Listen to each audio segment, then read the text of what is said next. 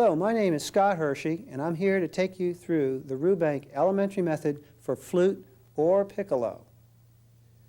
Why play the flute? Well, for one reason, there's a lot of music written for it, and it's very easy to carry. It's probably why I got started. The Rubank method has been around for many, many years and is marketed throughout the world. It's the series that I started on when I was a child. Please keep in mind that this series is not designed to replace private instruction because there is no one there to monitor your musicality, your tone production, or anything else, including hand position. You should practice about a half hour a day with approximately 1 week between each lesson. Have fun.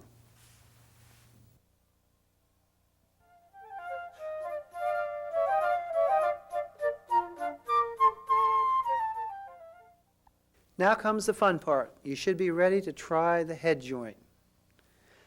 You should also be prepared to practice about 15 minutes a day on this for the first week because you may get a little bit dizzy. Place the head joint so that the embouchure plate is just under your lip. Blow into the hole using the syllable do.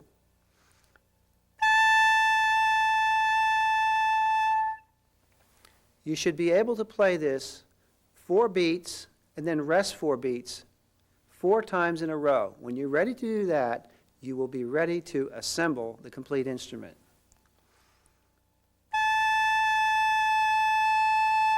Rest, 2, 3, 4. Rest, 2, 3, 4. Rest, 2, 3, 4. When you can do this without any bubbles in the sound, then you're ready to assemble the instrument. What I mean by bubbles is this.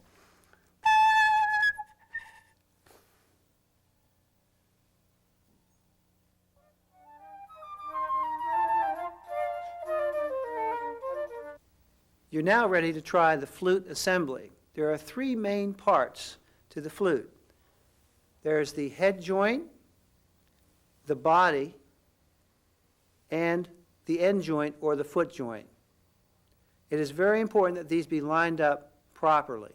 But before we go into that, let me show you how you should put these together. You grasp the body around this part of the flute, not around the key mechanism. The head joint should be slid in straight. Use no Vaseline or any other kinds of materials.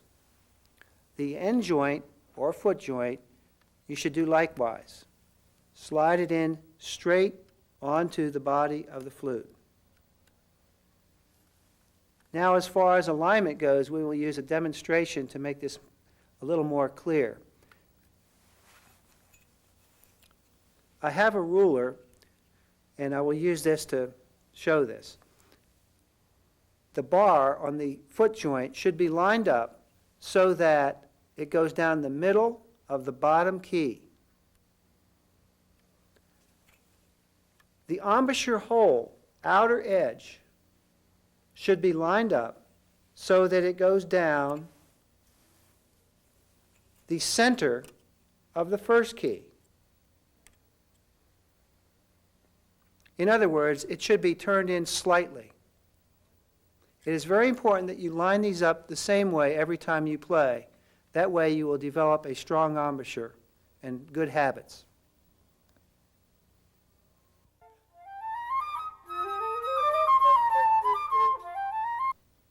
Okay, we are now ready to go over the hand position, which is crucial, of course, in holding the flute.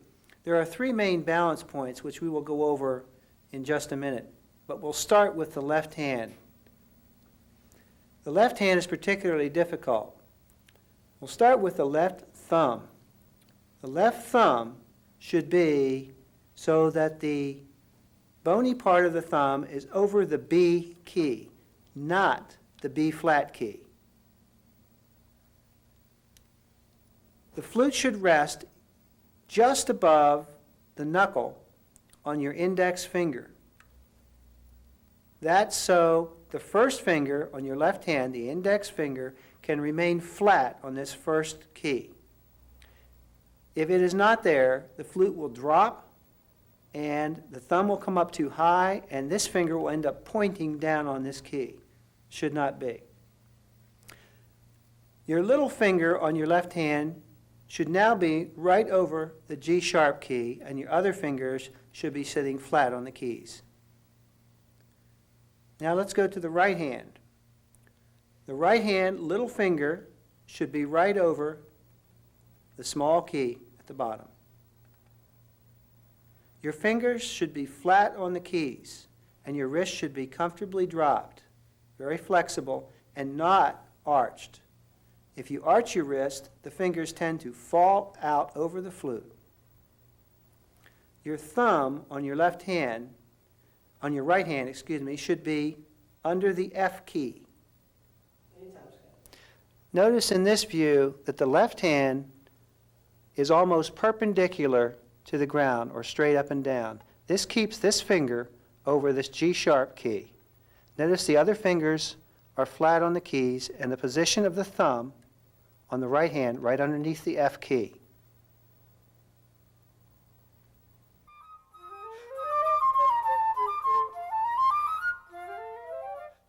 Now we're ready to begin lesson 1.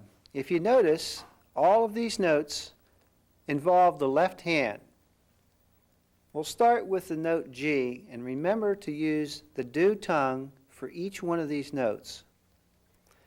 The note G is played with the first finger, second finger, third finger, and the thumb down, as well as your little finger on your right hand.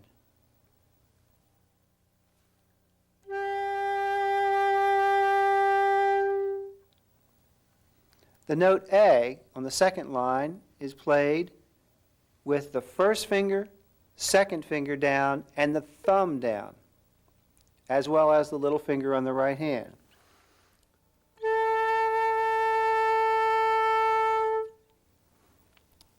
The third line, B, is played only with the first finger and the thumb on the left hand and the little finger on the right hand.